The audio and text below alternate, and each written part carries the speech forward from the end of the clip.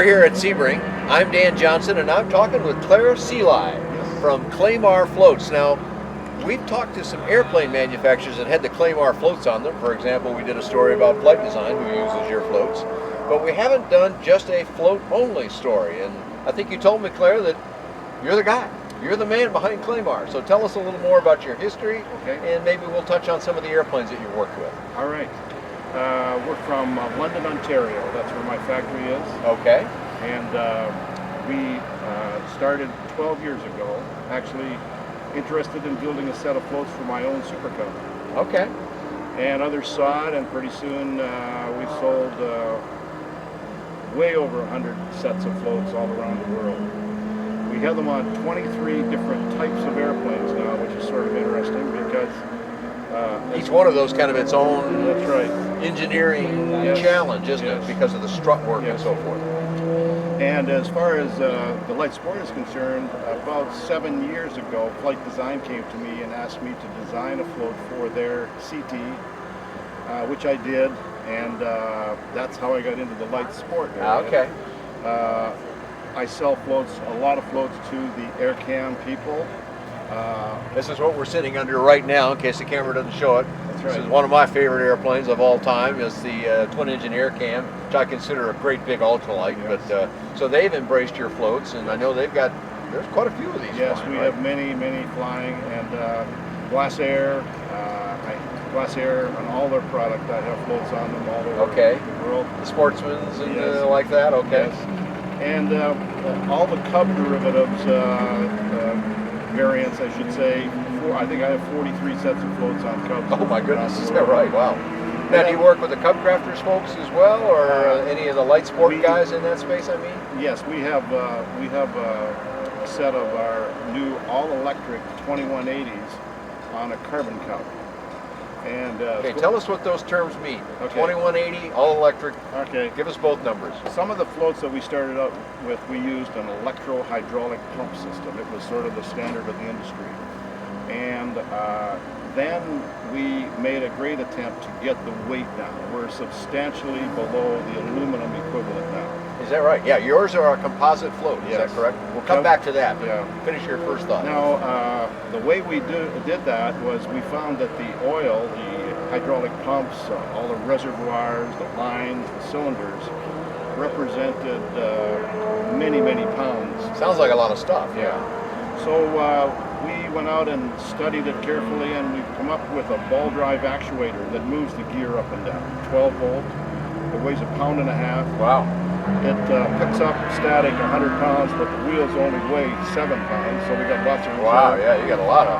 And we went from a float system that was a 2,200 pound displacement that weighed 450 pounds down to 356 pounds. Wow. So on the AirCam is an now example. that's a pretty big float for a larger airplane, and the number means the amount of aircraft weight that you can support in a water operation. Is that correct? That's right. Now on the AirCam is an example. The float system that we've designed for it starts out at 356 pounds with one coat of paint and all the rigging. And when they includes all the strut work everything, and everything. Okay. Then the airplane down.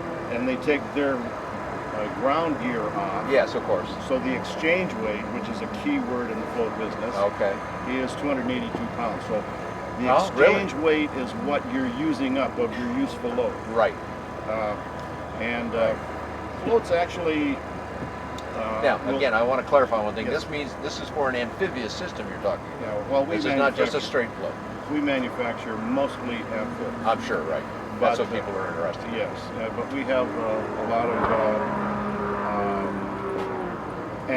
straight floats in Alaska and places like that where they don't want it, so don't want the amphib. Yeah, there's some places that don't need it, water operation all the time, but almost everybody wants wheels. So the other thing that we developed right from the onset was most of the early customers were Super Cub people who wanted to operate off a grass strip. So we have a very good shock system, main gear and the nose wheel gear. So most of my guys are on grass strips or unimproved strips, and This float that I'm sitting on, we put on this airplane 8 years ago. Really? This was our very Really? first. Wow, looks new to me. Yeah, it's the very first AirCam that we did. Now I think we're up well over 20 sets on AirCams. Wow, excellent. And we've reduced the weight so that it allows the AirCam, as an example, to fly with one engine, climb with one engine, even on amphib floats. Yes. Yeah. The AirCam is very capable, but Yeah. that adds quite a measure to that. Yeah. Now we have our lightsport floats. Obviously, the main customer has been Flight Design, and they have a number flying around. But I put them on about 5 other types of lightsport airplanes, and so you don't need to tick off the brands, but you've done Yes. a number of the ones in the light sport space. So. That's right. Yeah. Okay, let's talk about construction just a little bit. You said that we mentioned earlier that your composite, a lot of the other guys are aluminum.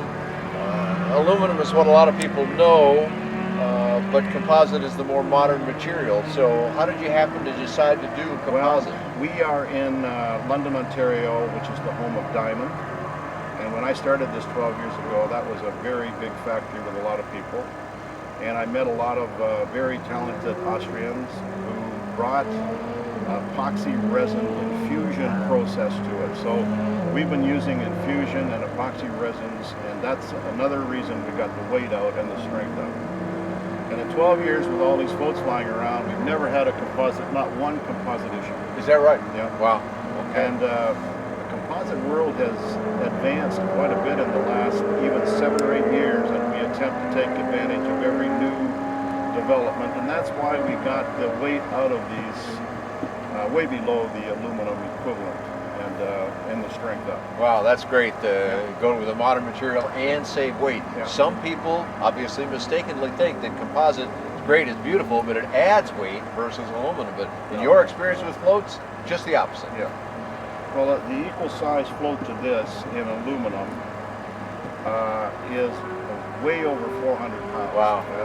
Now we're talking that exchange weight number? No, that's the total weight. Just the total weight, okay. And this one starts out at 356. Right, wow. One coat of paint. So That's a pretty substantial, Yeah. getting weight out of airplanes or floats is usually a thing of ounces and grams and that sort of stuff, and you're taking multiple pounds out, so that's quite an accomplishment, Claire. Yeah. Good for you. Yeah. All right, well, we've asked you a lot of questions, and there's always a lot more that people can come up with. How are we going to find you on the web where we can find your contact information, Claire? Okay, clamarfloats.com is my website, Okay. and it is substantial. I have a lot of information on there for those people that have the dream of flying floats. And come and see it. All our operating manuals, maintenance manuals, and a lot of pictures of all of the airplanes we've done. Excellent. So on your website, we can see all the other airplanes that you've done. Exactly. And there's some videos there too. So. That's great. Well, thanks for talking All to right. us today, Thank Claire. you. Thank you. I have lots of information, some on Clamar floats, lots on all kinds of LSA and light kit airplanes out there in the industry. You can find all that on bydanjohnson.com or bydanjohnson.com. Thanks a lot for joining us here at Sebring.